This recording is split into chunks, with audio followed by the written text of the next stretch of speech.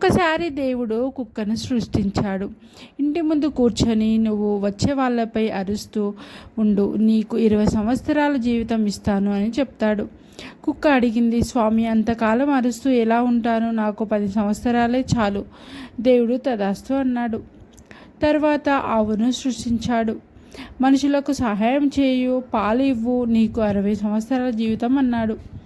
ఆవు కూడా చెప్పింది, స్వామి అంతకాలం కష్టపడలేను, నాకు 20 సంవత్సరాలే సరిపోతాయి. ఇంకా అప్పుడు దేవుడు మళ్ళీ తదాస్తు అంటాడు. చివరిగా మనిషిని సృష్టించాడు. ఇంకా అప్పుడు నీకు 20 సంవత్సరాలు ఆనందంగా జీవించు అన్నాడు. మనిషి వెంటనే అన్నాడు, స్వామి కుక్క వద్దనుకున్న సంవత్సరాలు, ఆవు వద్దనుకున్న సంవత్సరాలు అన్నీ నాకు ఇవ్వండి.